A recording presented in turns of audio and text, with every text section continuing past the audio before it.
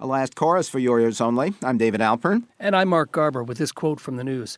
What this means is Paul and I can be married. That was David Letterman joking about his band leader Paul Shaffer after announcing his retirement next year from 3 decades as host of the CBS Late Show. Speculation on replacement includes Comedy Central Stephen Colbert, actor Neil Patrick Harris, and CBS later host Craig Ferguson. Now this. Say it's only a paper moon sailing over a cardboard sea, but it wouldn't be make-believe if you believed in me. It took 3 veteran showmen to write that tune in 1933, Harold Arlen and Yip Harburg of Over the Rainbow fame and impresario Billy Rose. But the show it was meant for, The Great Magoo, was a flop, and the song didn't get back to Broadway until Tennessee Williams wove it into A Streetcar Named Desire. And that's just one of the songs cited in the iconic playwright's works, now celebrated in an unusual CD from 2-time Tony Award nominee Allison Fraser, to be released this week. Tennessee Williams, words and music. The material comes from Ms. Fraser's one-woman show, A Tennessee Williams Songbook, which premiered at the Williams Festival at his Columbus, Mississippi birthplace, and went on to great acclaim at the Provincetown Williams Festival. Currently starring as Madame Marble in the national tour of Wicked, Fraser also originated the role of Martha in The Secret Garden and Veronica Bailey in the hit web series It Could Be Worse. And she's a professor in the theater department at Fordham University. To talk about all of that for Your Ears Only, we are pleased to have Allison Fraser on the line now. Welcome to our show. Pleasure to be here. How did you get started in music and theater? I started in the National Forensic League in high school.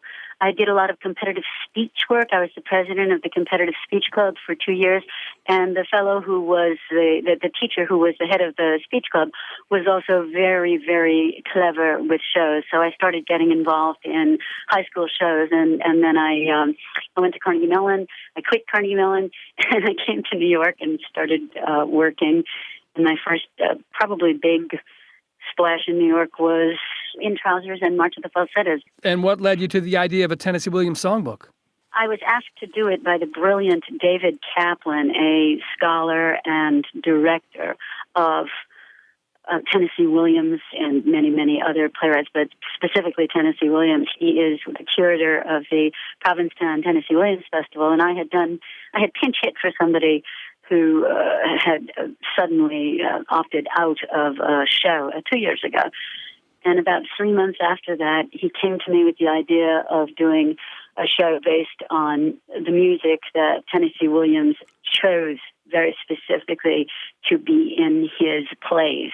Let's talk about some of the specific mashups. How does Paper Moon fit into Streetcar? Blanche is singing Paper Moon, which is all about the need of illusion in a cruel world. She's taking a shower, a rather symbolic shower, trying to get the dirt of her life off of her in addition to the sweat of a hot New Orleans night. And as she is singing about paper moons and the need for, paper lanterns to hide the wrinkles that are coming, Stanley is castigating her to her sister. He's basically tearing that paper lantern off of the light bulb and exposing her for the fraud that she is. And in what play, in what context did Williams give us the 1939 hit, If I Didn't Care? If I Didn't Care, I believe, is from Vieux Carré, but we used it as our opener in our show. And what I should do is explain that the show uses the music that Tennessee Williams listened to as a boy and a teen growing up in the South as a lonely gay man. He took great solace in listening to the Victrola, listening to the radio. So he was very emotionally involved with all of these songs that are in his plays. Many of them are used 4 and 5 times. Sweet Leilani, for example, is used in 5 of his plays. So we took If I Didn't Care, which was only used in one play, Vieux Carré. We used this, David and I used this as an invitation to go through the doorway that Tennessee Williams can open for us. If you look at the lyrics of If I Didn't Care, it's very much an invitational song. It's all about questioning.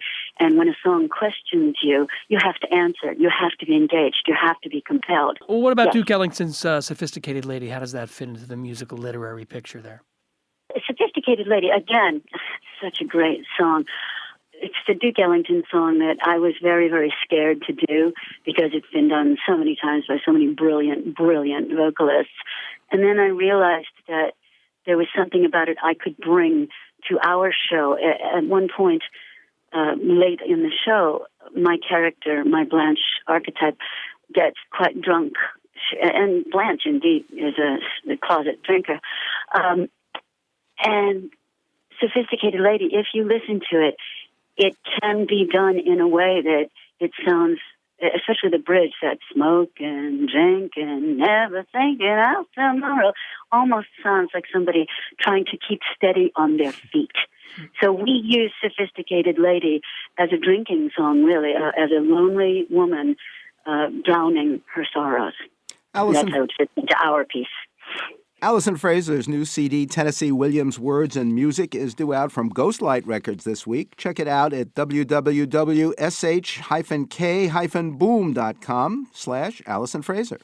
Sophisticated lady, I know you'll miss the love you lost long ago. And when nobody is nigh, you cry. And this has been For Your Ears Only.